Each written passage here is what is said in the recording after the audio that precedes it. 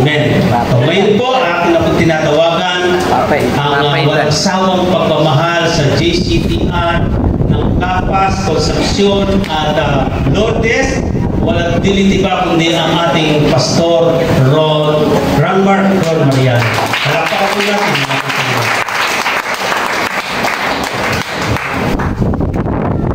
Praise God. Okay, so kung po tayo kailangan natin ay magkaroon ng magandang communication para hindi natin masayang yung napakagandang tema. Kasi ang ganda po nito eh. At isa ito sa mga gustong-gusto namin mag-asawa na tema. Ang asawa ko po ay hindi ko nakasama sapagkat siya po ay naka-bed rest dahil naghabol po kami. Makalalaki na. So siya po ngayon ay 4 months pregnant at medyo nahirapan. Kami naka-hospital dahil nag-bleeding. So in-advise ng doktor na i-bed rest. Kaya naka-bed rest po siya. Pero nakasubaybay kaya nagkakachatan din eh. At nagpapasalamat po ako sa inyong mga bishop at sa kanya pong may bahay, sa kanilang pong pamilya at sa mga pastor ng iglesyang ito sapagkat maabang panahon na tayo ay magkakasama. Kaya nga pag pumunta po ako dito, hindi ko naman iniisip na bisita ako. Iniisip ko kayo bisita. Dahil magkakilala naman tayo, amen.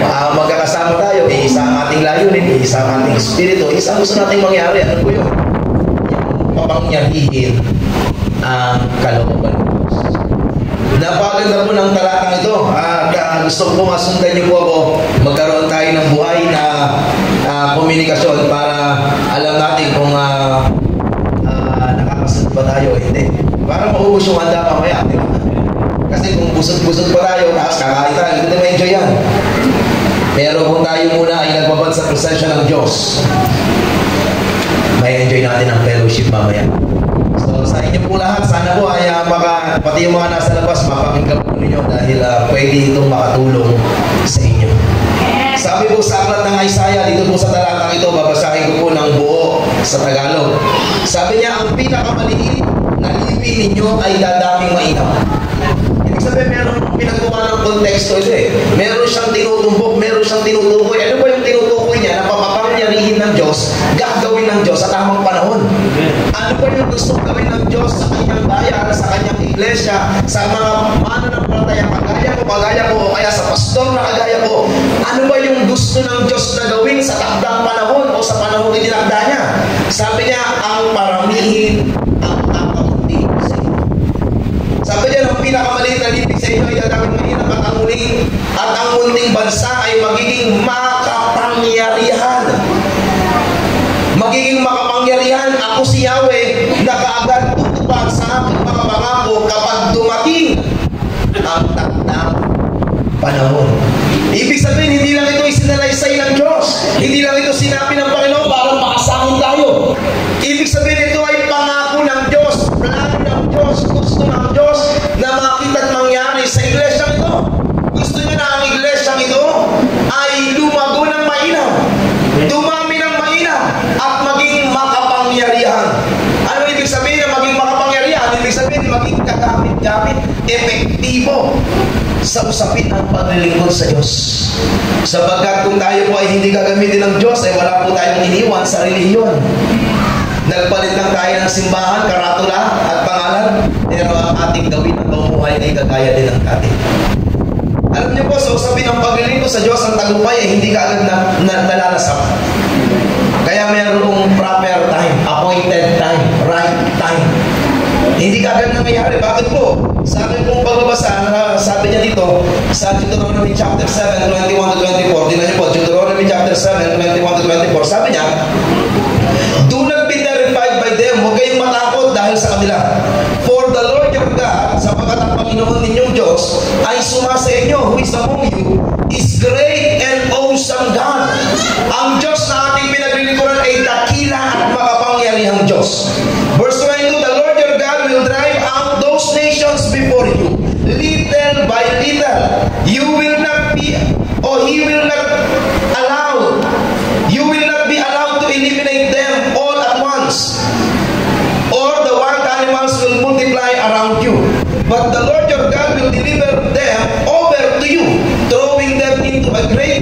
nation until they are destroyed. He will give their kings into your hand, and you will wipe out their names from under heaven. No one will be able to stand up against you. You will destroy them. Ano sinasabi ng Panginoon dito? Kapag tutuparin niya na yung kanyang pangako, okay, dapat malinaw po sa atin, merong pangitain. Kasi kung ito po ibinigay ng Panginoon kay Bishop, 2004,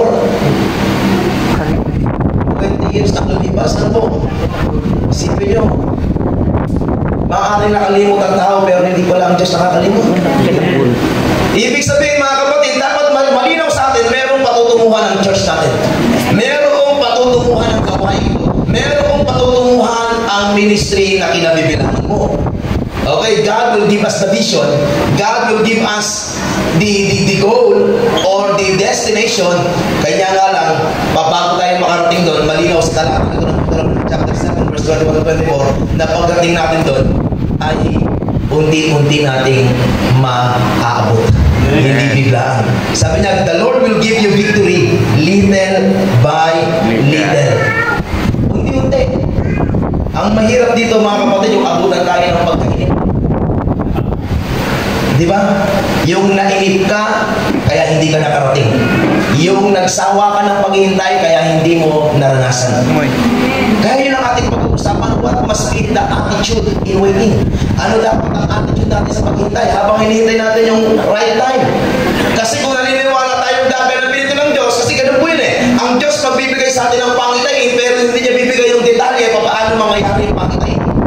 Ang sabi niya kay Abraham, Abraham, pumunta ka sa lupain, ituturo ko sa iyo. Ituturo pa lang, pero pinapapunta na. Nakuha niyo po yung point. Ibig sabihin, bibigyan ka ng Lord ng big picture. Ito ang mangyayari sa church. Magkakaroon tayo ng 1,000 iglesia. Okay, that's my personal vision in the ministry. Yan ang aking personal na vision. Ang aming church na pinagpapastoran ay magdadami, magiging 1,000. Kanya lang, bago makarating doon, hindi mo alam paano. Kaya sabi na, little by little, unti-unti. At ang kalaban natin dyan yung pagkainit. Bakit hindi tayo bumabata? Nagkakaedad tayo. Nagsimula akong maglinggo sa Diyos sa edad na 17 anyos. Ako po ngayon ay 37 anyos. 20 years na lumibas. 20 years na lumibas, pero parang kahapon lang yun. Parang kailan lang. Iniisip ko, parang kailan lang nung 17 anyos ako kahit saan. Nagpong kami dito, nag-impactive, nag-crusade kami dito, 2006.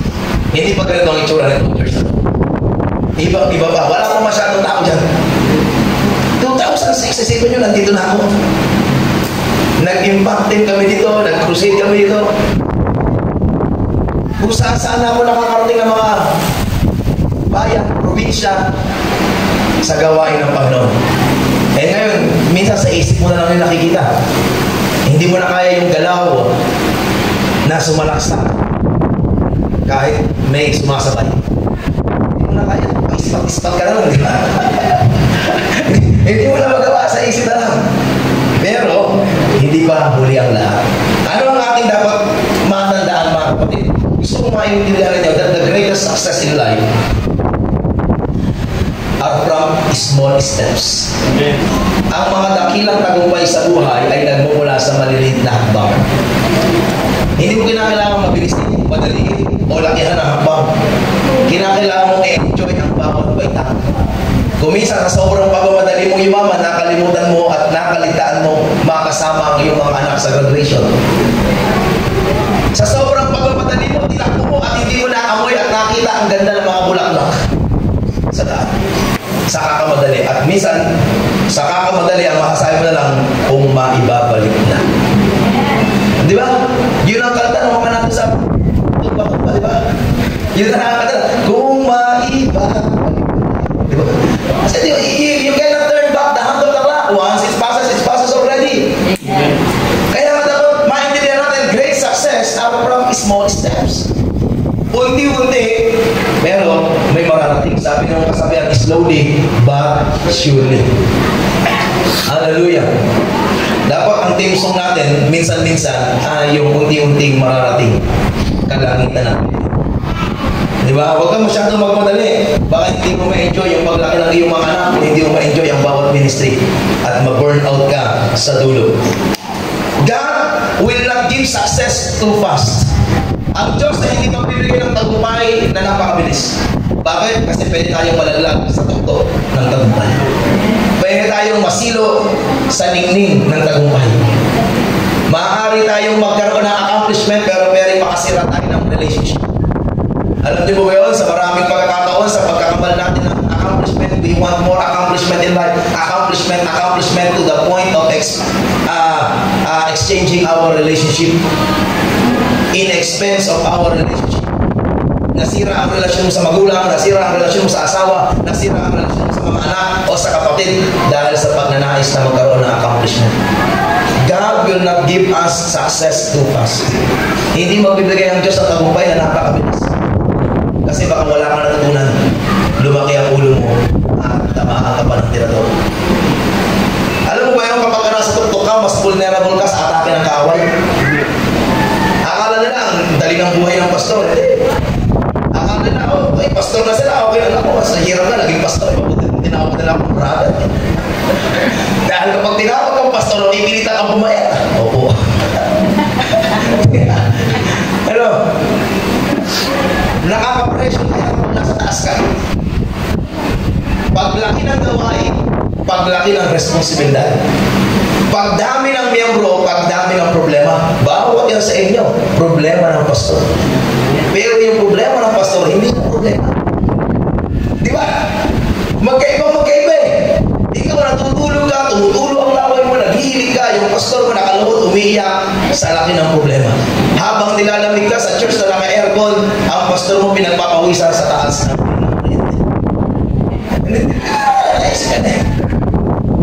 So God will not give us success too fast. Baka hindi tayo mag-mature.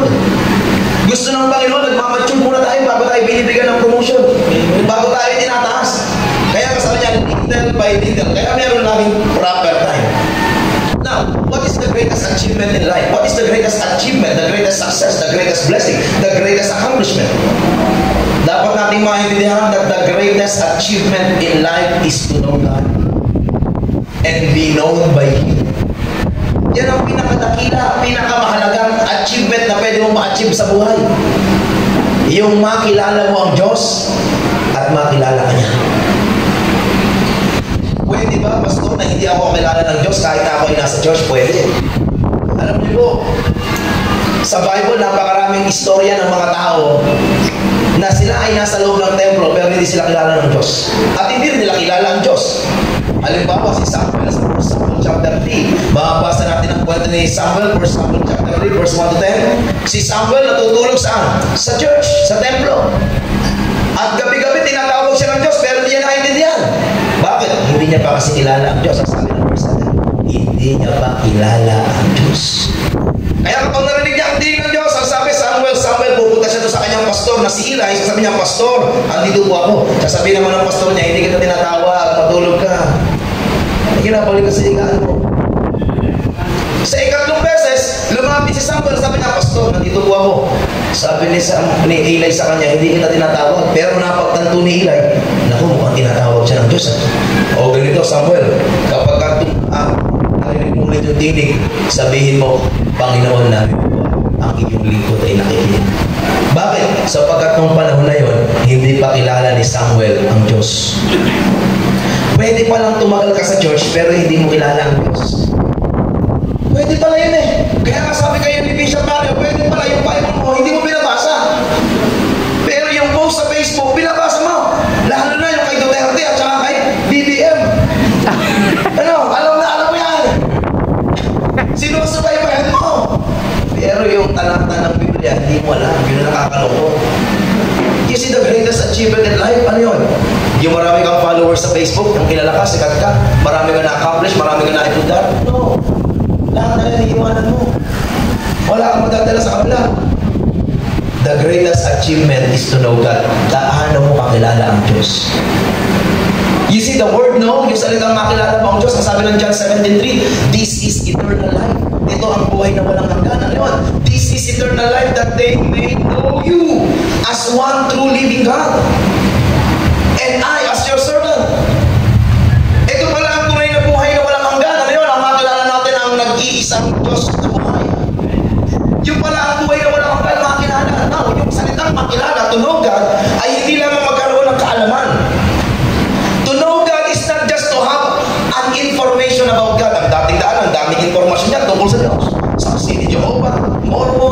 Iglesia ni Cristo, kung sa paramihan ng talata, mas maraming alam ng talata yan eh.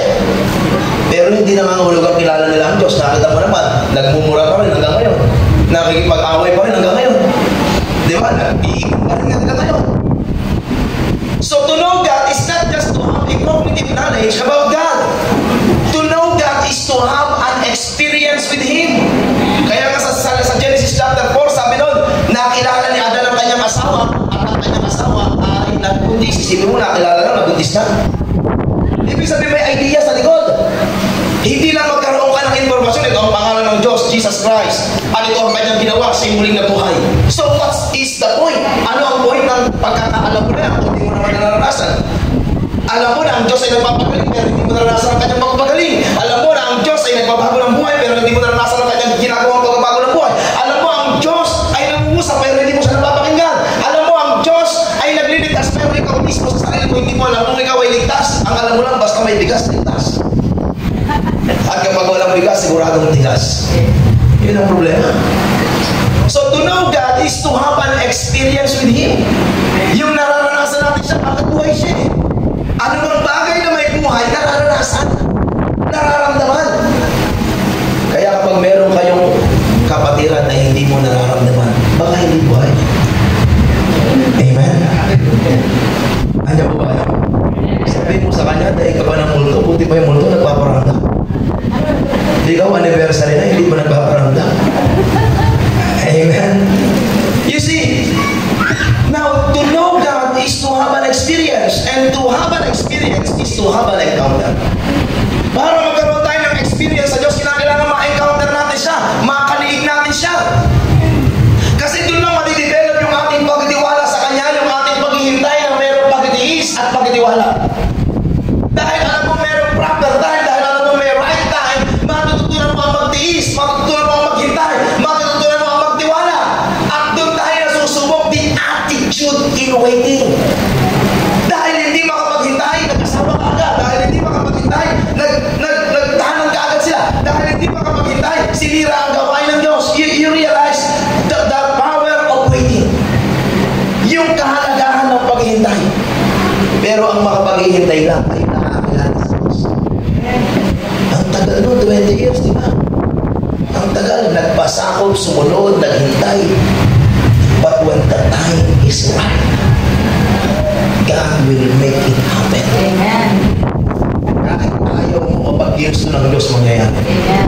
At bakit maraming hubad lang, the world against you, kapag ka ito ay ginusto ng Diyos mangyayari. So what is our attitude? Ano dapat ang ating attitude sa paghintay?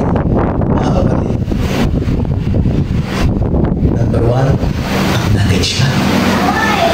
Kinakailangan matututo natin kilalanin ang Diyos ay Diyos. Ano man ang yung sitwasyon, minsan ang sakit, hindi ka agad gumagaling. Pinag-pray natin, hindi gumalik. Pinag-pray natin, hindi gumalik. Minsan pa nga, basta lumala eh. Anong klaseng anointing meron si Pastor? Dinala namin sa kanya, inuubo. Ngayon, tinatalangkaso na. Di ba? Minsan ganun eh. Nasubukan niyo po eh. Yung expectation mo, hindi ang nangyari. At iba ba yung nangyari? Anong gagawin mo? Mag-frustrate ka? Matidisappoint ka? Magreklamo ka na kayo? Mag-complain ka na? Maraming prayer na uwi sa pag-complain. Maraming praise na uwi sa pag-complain. Instead of praising God and praying to God, nag-complain na, Lord, bakit naman ganito? Bakit ganun? Tapat naman kami naglilikot, tapat kami dumadalo, nagbibigay kami ng ikapo, ng suporta sa church, naghumahayo kami, nagsisilbi kami sa'yo, narito kami sa kapayan mo, that we can do faithfully. Pero bakit ganito naman nangyari? Hindi mo napapansin yung prayer, complaining na. Bakit hindi mo kasi ini-acknowledge na ang Diyos ay Diyos? Ano yung sabihin? Ang Diyos hindi tao para makalimot. At hindi tao para magsinungaling. Amen?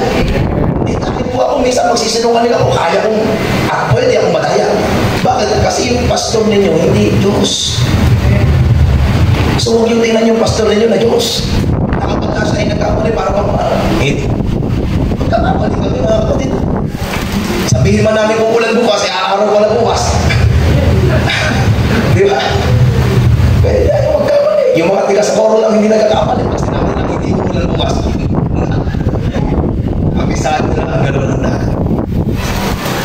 Pero sa ating mga kapatid, dapat tayo magkaroon ng lakas ng loob, kapanatagan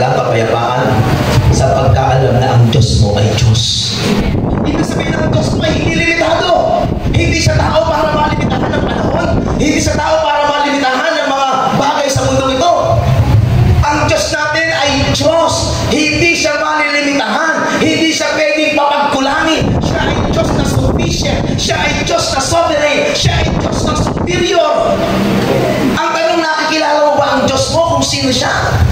Bakit ka nababahala? Bakit ka nag-aalala? Bakit ka nangangamba?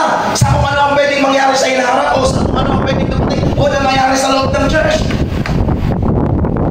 Eh, sabi na nga ng Panginoon, di ba, sa Deuteronomy chapter 7, binasa natin, maraming kaaway, pero sabi nila, ako mag-aalis sa kanila. Hindi ko mag-aalis ako. Ano kailangan mo lang? Kailangan mo lang i-acknowledge siya o little by little magtiwala ka. Acknowledge mo ako. Sa mundong ito, ano ang ating kasabihan? Hanggat may buhay, may pag-asa. Dapat i-acknowledge mo ang Diyos. Ang Diyos ay higit sa tao. Kung sa tao, hanggat may buhay, may pag-asa, sa Diyos hindi ganun. Hanggat ang Diyos ay Diyos, may pag-asa ka. Bakit? Kasi ang Diyos sa Kanya kahit patay, pwedeng mabuhay ng muli. Hindi tayo limitahan ng Diyos ng panahon. Yan ang Diyos na pinag-inig mo. Kaya how much do you know your God? Gaano mo kakilala ang Diyos? Kasi kung kilala mo siya, papayapa ka. May problema kayo mag-asawa, magpanataga. Hallelujah.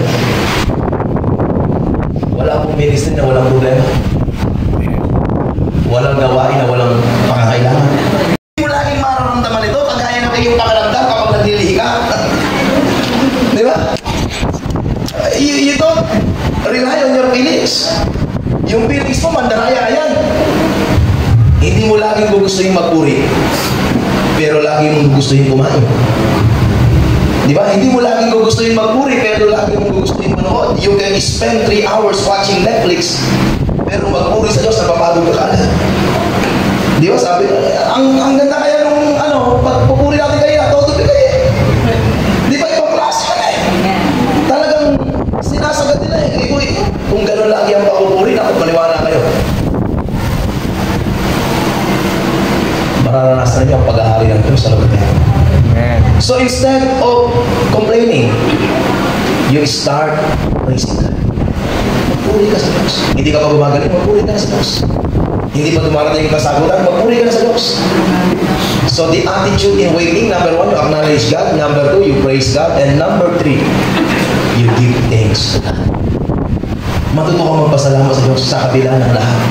You give thanks to God. Gaano karami sa inyo na nakakaalam na mayroong kapangyarihan sa pagpapasalamat? After 20 years, tinupad ni Lord yung salita niya po sa'yo. Di ba dapat yan ipagpasalamat sa Diyos? Ako ay 20 years na naglilig ko sa Panginoon. Praise God, salamat. Sabi na sa ako, i-celebrate natin. At ang nag-memory sa akin, lumabas. Di ba sa Facebook niya, lumalabas yung memory? Lumabas yung nasa ospital ako.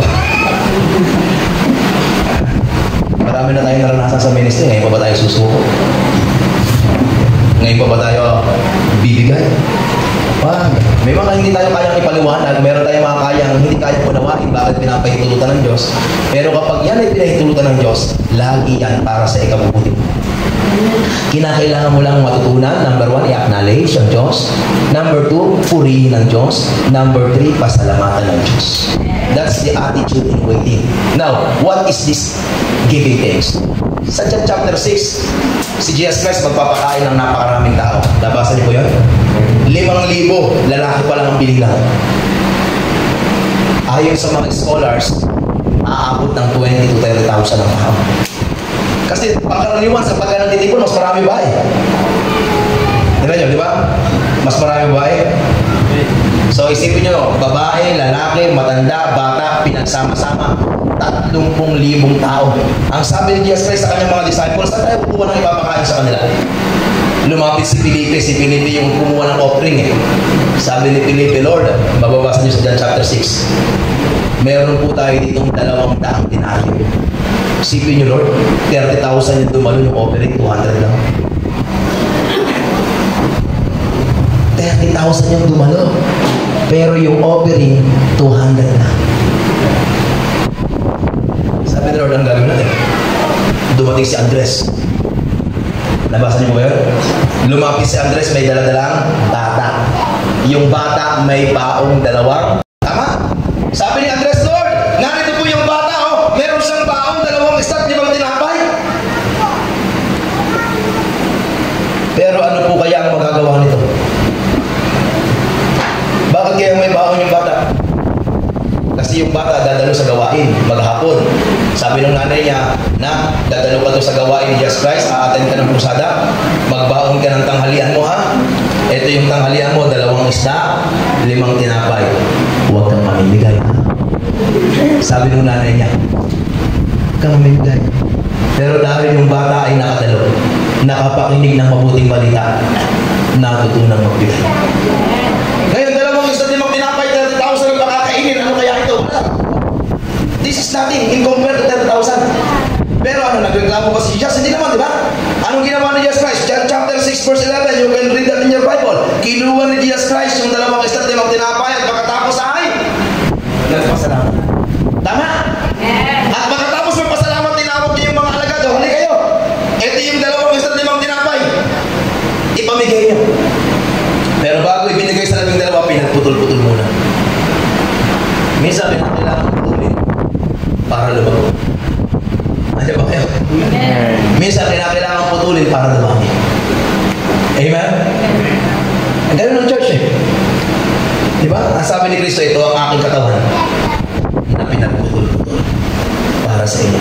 Maaaring magkaiba tayo ng pangalan, pero bahagi tayo ng iisang katawan na pinutol para sa gawain ng Diyos. Pinagputol-putol, binigay sa mga, kung ikaw ay isa sa mga disciple ni Jesus Christ, alam mo, 30,000 yung makakainin. Tapos 2 isda, 5 tinapay na doon, nakakita mo lahat na kung ikaw si Andres. Alam mo, 2 isda, 5 tinapay lang yun, tapos inutusan ka ni Jesus Christ, ipamahagi ninyo. At ang sabi pa ng Panginoon, bigyan nyo sila hanggat gusto nila. Give them as much as they are or they wanted. Hanggat gusto nila, bigyan nyo sila. Kung ikaw ay kasama sa mga disciple, ano kaya reaction mo? Ano ang magiging reaction mo? Ba, napakahirap mong sundin nun. Libo-libo yung pakakainin eh. 2 isda, 5 tinapay lang yun eh. Pero dahil nagpasalamat si Jesus Christ, yung 2 isda at 5 tinapay, dumami. Nandiyan ba kayo? Yung mga disciple, dahil sumunod sa mapagpasalamat na pastor, napakain yung 5,000, 30,000. At ito pang himala, anong sabi ng Panginoong Jesus? Ipunin ninyo yung mga lumabis. Ipunin ninyo. At sila'y nakaipon ng 12 basket mula sa 2 isda, 5 tinapay. Gaano man kaliit ang meron ka ngayon, kung matututunan mong magpasalamat, kaya ng Diyos paramihin niya. Gaano man kakaunti ang meron ka ngayon, kung matututo kang magpasalamat sa Diyos, kaya ng Diyos na paramihin niya. So the attitude in waiting, Lord, ito lang kasi. Ito lang. Siguro kung meron lang akong pera, siguro hindi ganun. Hindi usapin ko kung anong meron ka ngayon. Ang usapin ko, kamusta yung attitude mo? Wala po kasi may pera, kaya hindi ako nakapag-aral eh. Wala po kasi kami pera, kaya kamusta yung attitude mo? Kung marunong kang magpasalamat, kaya ng Diyos paramihin. The attitude in waiting, acknowledge God, you praise God, and you give thanks to God. John chapter 11, 4 na araw nang patay si Lazaro. Nabasa niyo ba yun?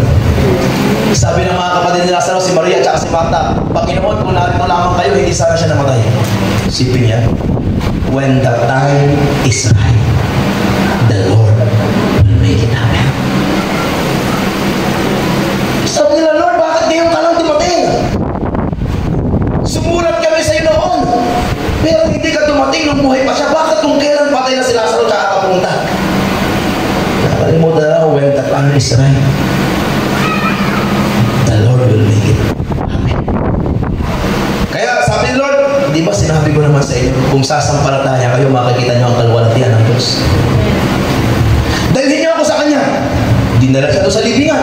At ang sabi ng Panginoon, alisin niyo yung bato. Sabi ng mga tao, Lord, 4 na araw na po siyang patay at nangangamoy na po. Umiyak ang Panginoon, John 11:35. Bakit? Sa tigas ng puso ng mga tao. Kaya pagdating sa John chapter 11 verse 41, ang sabi ng Panginoon, Ama, nagpapasalamat ako sa inyo sapagkat lagi mo akong pinakikinggan. Look at the power of thanksgiving. Hindi pa siya nagpe-pray pero nagpasalamat na siya. Habang ang mga tao nagreklamo, habang ang mga tao ay duda, habang ang mga tao ay hindi naniniwala, si Jesus Christ ay nagpasalamat. Walang gustong maniwala sa Kanya. Lahat ay nagko-complain. Bakit kayo ka lang? Bakit kayo ka lang, Lord? Bakit kayo lang? Bakit kayo lang? 4 na araw na siyang patay. Bakit kayo pa? Dapat pumunta ka nung nabubuhay pa siya.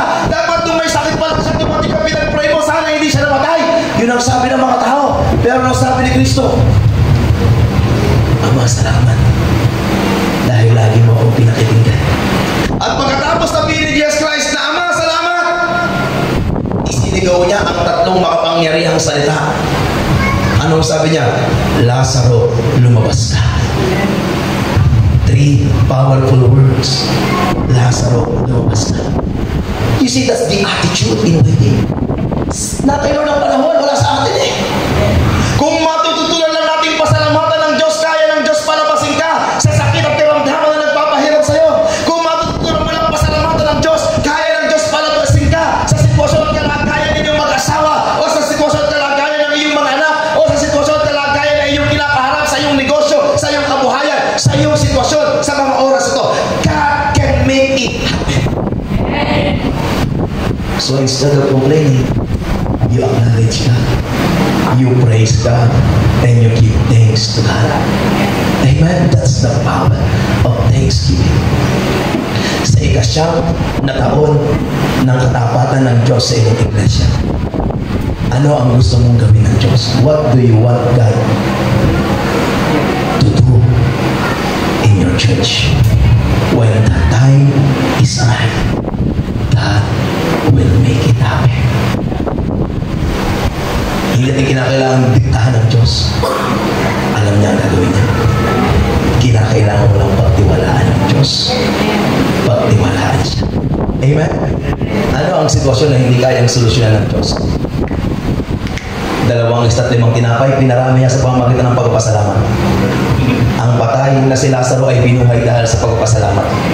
Ang 10 ketong na pinagtanim sa chapter 17 verse 11 to 17, siyang ay umalis, ang isa ay nagbalik, at ito'y isang Samaritano. Anong sabi ng Panginoon sa kanya?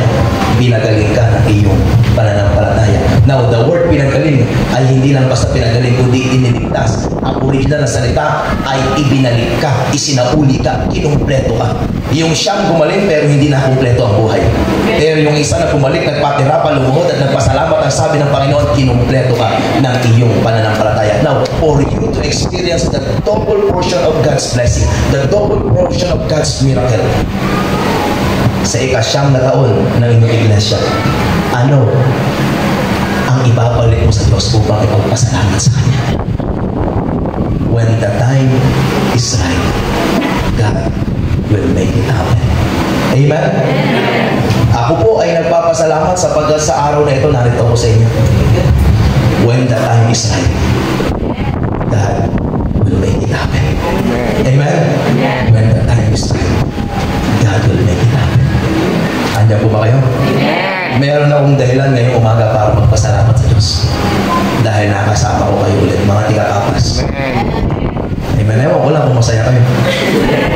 Pero ako, masaya ako. Amen. Amen. Kaya meron akong dahilan para magpasalamat sa Diyos at kilalanin talaga siya ay Diyos. Kasi kung ginawa natin ito sa paraan ng tao, di tayo magtagumpay. At kung tayo nagreklamo at nanatili sa pagreklamo dahil sa mga hindi maintindihan ng eksplanasyon, paliwanag at pangyayari, mapupulo lang ng galit, sama ng loob, hinanakin, tampo, paninibugo at pag-iigti ang ating mga puso.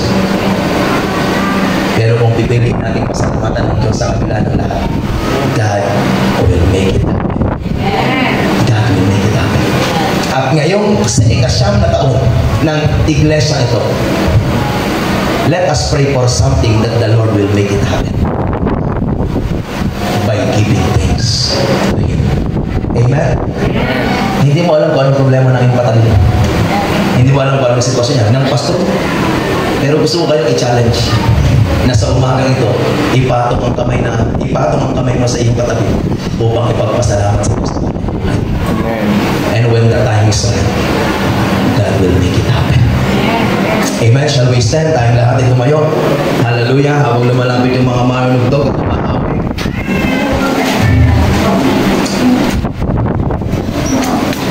Sana meron pong lalapit sa inyong pastor, sa inyong pastora, para ipagpasalamat sa Diyos.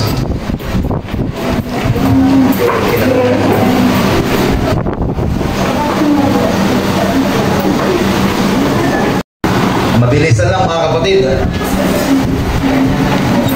Huwag mo lang tanungin yung iyong iyong katabi, ang iyong pastor, kung anong problema, anong sitwasyon, anong pangangailangan, lapitan mo na lang.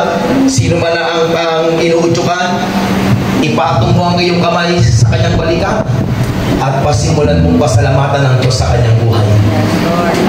When the time is right, God will make it happen. Huwag ka nang susuko. Keep acknowledging God, keep praising God, and keep giving thanks to God. Hallelujah, hallelujah, hallelujah. We give you glory, we give you honor, we give you praise. Oh God, we adore you. Is to know God and be known by Him. Ang makilala ang Diyos ay sapat na. Ang maranasan ng Diyos ay sapat na.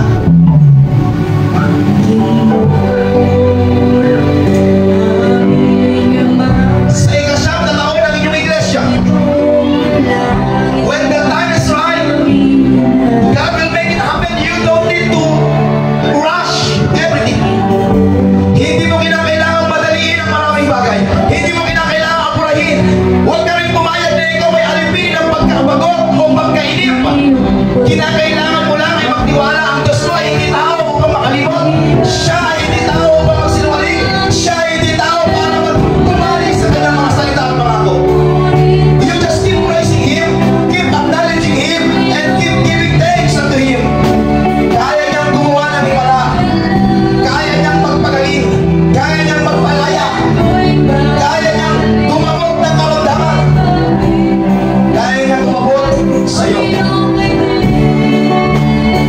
Huwag kang mainip. Huwag kang mainip.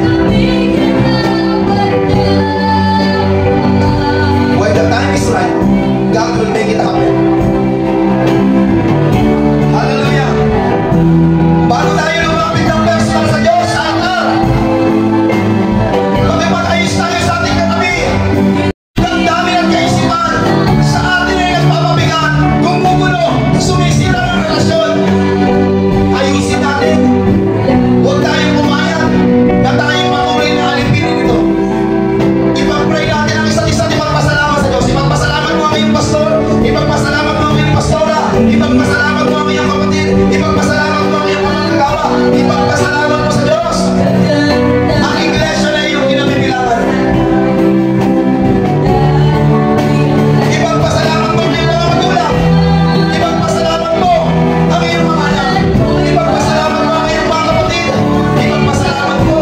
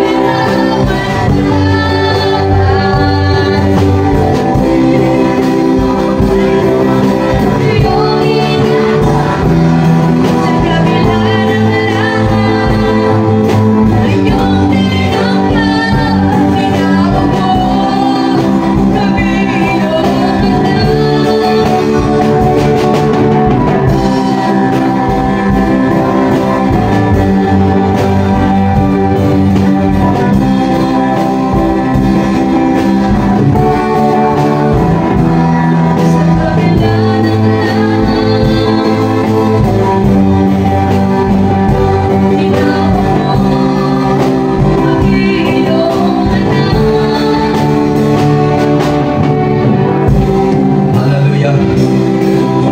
Ngayon po umaga, bago tayo magtapos,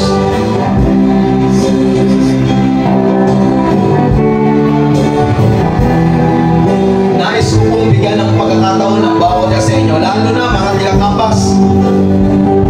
Ang umagang ito ay isang patotoo, buhay na patotoo, na ang Diyos natin ay Diyos na dakila sa lahat. When the time is right, He will make it happen. Nangyari ito ayon sa panahong itinakda ng Diyos. Hindi nakalimot ang Diyos at hindi na binaliwala ang iyong paglapit sa kanyang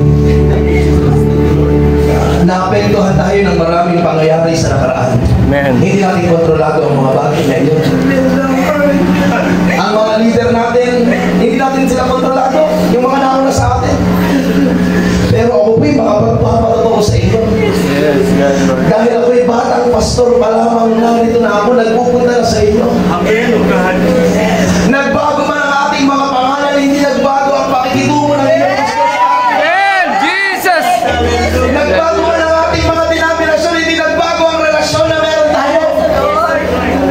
Kaming mag-asawa ay makapagpapatotoo sa kabutihan ng inyong pastor. Mga kapatid, noon pang sabihin ni Bishop na kami pupunta dito, naghanda ng asawa ko. Matagal niya lang pinagpe-pray, iniiyak sa Panginoon.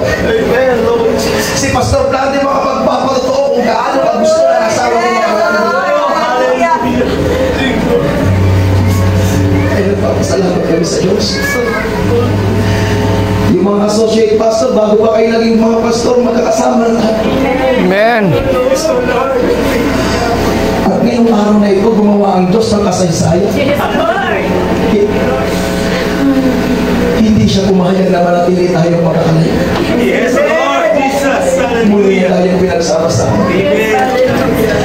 At nakita ng Diyos ang pagpapakumbaba ng inyong bisya.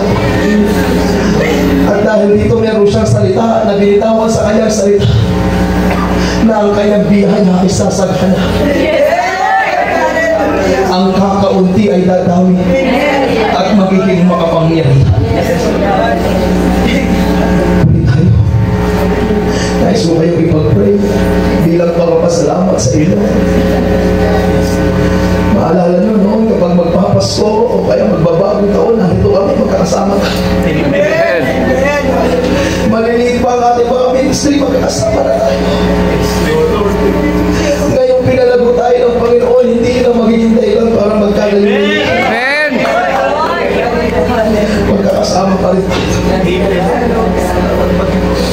Panginoon, nagpapasalamat po ako sa iyo sa buhay ni Pastor Mario, ni Pastor Daisy, sa buhay ng mga lingkod na ito. Sila po'y naging magulang sa aming mag-asawa. Nasa murang edad namin, Panginoon, kami kanilang tinanggap, kinilala, at isinali sa kanilang buhay at pamilya. Lord, may mga pangyayari na hindi namin kontrolado. Hindi namin kayang hawakan. Kaya ito'y aming ipinagpapa sa Diyos. At sa ginawa mo ngayong hapon o ngayong tanghali sa lugar nito, selyuhan po ninyo ito ng iyong Espiritu. Praise the Lord Jesus. Hindi ang pangalan ng simbahan namin ang maglalayo sa amin. Hindi rin ang aming mga ministeryo at mga accomplishments sa ministry, kundi ang iyong dugo na napupo sa krus ng Kalbaryo ang patuloy na magpupuklod sa amin, O Diyos, bilang iyong mga lingkod sa lugar. Lord, pagpalain niyo, Panginoon Diyos, ang iyong mga lingkod na narito, ang mga associate pastor na narito. Let the double portion of your anointing flow upon you. Nasalay tulay at totoo, lubusan, tuloy-tuloy na maging pagpapala sa iglesia. Maging ang mga pastors sa mga daughter churches, sila po, Panginoon, ay iyong katapuin. Maipasa sa kanila patuloy, Panginoong Diyos, ang mababang espiritu ng kanilang bishop upang ang mga iglesia ay patuloy na itaas at iangat mo sa tamang panahon. At ngayon, Panginoon, bilang iyong lingkod na pinagkatiwalaan mo ng ministeryo upang mangaral sa iglesia ito sa kanilang ikasyang na taong anniversary, Lord, igahawad mo sa kanila ang iyong basbas. Amen. Sa kanilang mag-asawa. Basbasan mo ang mag-asawa nito. Basbasan mo ang mag-asawa nito. Nalalaman mo, Panginoon, ang kanilang pagsisikap na kahit na meron ng mga anak na simbahan, sila pa rin, Panginoon, ay tumutuon. Naroon pa rin sila sa kabila ng kanilang edad. Ginagampanan nila, Panginoon, ang kanilang tungkulin bilang ilang iglesia sa kanilang bahay. Kaya hinihiling ko, Panginoon, palakasin mo sila. Palakasin mo sila. Sa damdamin, sa kaisipan, sa kalusugan at sa espiritu. Pagpalahain mo sila, Panginoon. Pagpalahain mo. At ang 20 taon ng iyong pangitayin kay Bishop Mario sa silong ng Jesus Christ the Resurrection Church ay iyong papangyarihin. Magbangon ka ng maraming manggagawa sa silong ng iglesia ito. Magtanim ka ng maraming iglesia at ikaw ay magligtas ng marami pang tao sa mga magitan ng iglesia bago po sila. Na ang pagpapalang iniukol mo sa iyong bibig. Salamat po sa buhay nila. Inaangkin ko, O Diyos, ang iyong makapangyarihang pagsama, pag-iingat, pagpapala, pagpura at pagkilos sa kanilang buhay. Salamat sa buhay ni Bishop Mario at ni Pastor Atis at ng kanilang buong pamilya. Pinupuri sa pangalan ni Jesus. Lord!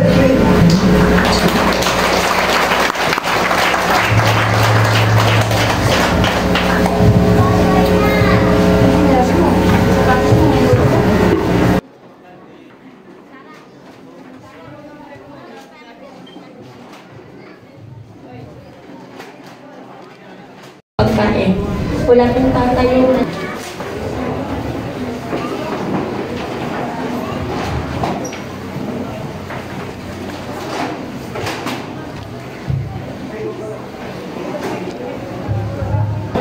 At maraming salamat, naniniwala po ako, Sister Bell, kung paano pinagpala ang aming church, ay gayon din kayo pagpapalain sa mabuting puso po ninyo na walang sawang pagtulong sa bawat iglesia. Maraming salamat at higit po kami nagpapasalamat sa iyong lingkod ni Pastoran, Panginoon, na pasimula pa lamang, O Diyos, ay magsama kami, Panginoon. At ang ngayon, in the right time, Panginoon, ay nabuhok ang muling pagsasama ng aming mga puso upang maglingkod sa ating Panginoon. Higit po, Panginoon, dalangin ko po si Pastor Ariel, Panginoon, ang mga pinagdadanasan niya ngayon, O Diyos, ama, ikaw lamang po, Panginoon, ang kayang magpagaling at paglakas ng kanyang lupang katawan, Panginoon. Lord, yamang ito ibinigay mo sa kanilang mag-asawa, Panginoon. Lord, dalangin po namin, Panginoon, nawa ito, O Diyos, hanggang ito'y may labas ang kalakasan ng kanyang lupang katawan, ay pagkalimo po sa aming Pastora, Panginoon. Lord, maraming salamat sa mag-asawang ito.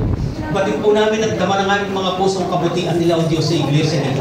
Maraming pong salamat, O Diyos. Naniniwala po ako, Panginoon, anumang kanilang mga pangarap, 1,000 churches ay naniniwala ko at the right time ipagkakaroon po sa kanila. Sa tuwing sila, Panginoon, kung saan po sila naglalakbay, ikaw po mag-ingat at magpala sa bawat isa sa kanila sapagkat sinabi mo, Panginoon, ang Isaiah chapter 14 verse 10, Panginoon, hindi mo sila iiwan, hindi mababayaan, hindi aalalayan mo sila, lalo na po mga lingkod po ito.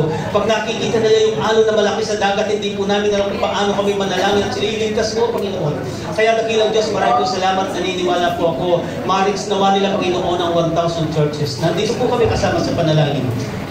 Kaya dakilang Diyos, kay Pastor Plantis, pagsama niya po, Panginoon, maraming salamat at naniniwala po, Panginoon, ang tagumpay nila ay tagumpay din po namin, Panginoon. Kaya mga banal, maraming po salamat. Tingin po, ang Campus Chapter, maraming salamat sa Members, Leadership and Associate, maraming po salamat. Farah, maraming salamat din po at muli sa Lourdes, maraming po salamat. Naniniwala po ako, Panginoon, hindi lang ito, Panginoon. At sabi mo, at the right time, kami ay yayabong at magkaragdag pa ng maraming kaluluwa, Panginoon. Maraming po salamat sa pangalan ng Ama at ng Anak. Katingin po, kami nagpapasalamat na mag-asawa, Panginoon, sa kabila ng lahat na maraming nararamdaman sa lupang katawan. Narito po kami, iyaan namin ang aming buhay sa paglilingkod sa iyo. Maraming salamat, Panginoon. Totoo po na minsan ayaw namin, Panginoon, na tumayo na kaniga, pero dahil sa iyong Espiritu ay pinalalakas mo po ang bawat sa amin. Dahil sa mga membrong umaasa, Panginoon, Ama, nakakatayo kami sa pangalan ni Jesus. Maraming po salamat, O Diyos. Pinupuri ka, dinadakila ka, O Diyos. Ngayon din po dalangin namin si Pastor Jay. Wala man po siya rito at nag-duty na, Panginoon, Ama, inangatan mo lagi siya sa kanyang pag-duty. At the right time, ibigay mo yung oras na gustong kailangan niya upang ikaw ay mapaglingkuran niya, Panginoon. Lord, maraming po salamat. Pinupuri at dinadakila ka sa pangalan ng Ama at ng Anak ng Espiritu Santo. Sige po, wag po kayo maalis. Sa certificate of guest speaker, Pastor Ron Mark Mariano will be awarded by Sister Maridic Gamutan and Pastor Irene Nulas Contreras.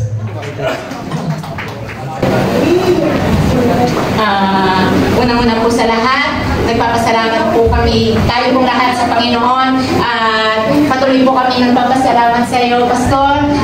Welcome home po, welcome home. Amen, sa JCTR, salamat sa Panginoon at patuloy ka po namin nakasama. Alam po namin lahat kami ay nagagalak, talagang galak na galak po ang puso namin. Hindi lamang po ngayon at naniniwala po ka na when the time is right, ang Panginoon ay magbubukas ng pinto sa bawat mga kapas at mas lalo pa pong makikilala ang Panginoon sa bawat mga instrumentong katulad nyo at katulad po ng aming pong mga lingkod. Kaya ito po, iniaalay ang certificate na ito para sa pasasalamat po sa inyo pong buhay. So in behalf po of JCTR Campus, thank you for inspiring us to be better Christians. And thank you for bringing the words of God dito po sa campus. And this certificate is awarded for your selfless love and expression of great words of our congregation, given this 23rd day of March in the year of our Lord Jesus Christ, held at Jesus Christ, the Resurrection Christian Church Worldwide Ministry Incorporation, here at Sitio, Kutkut First Campus, Tarlac. So this is a certificate of affection for you, Pastor Don.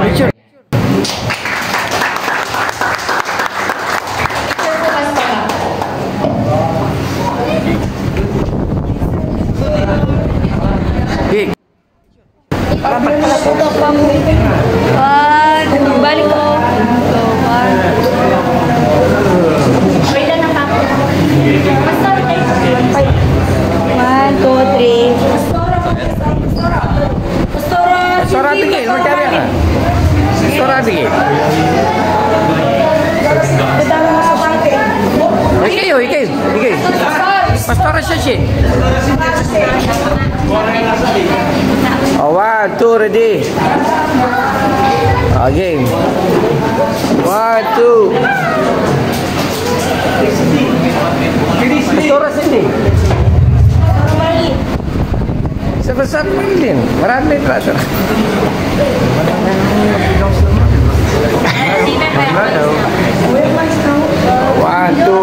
1, 2, ready.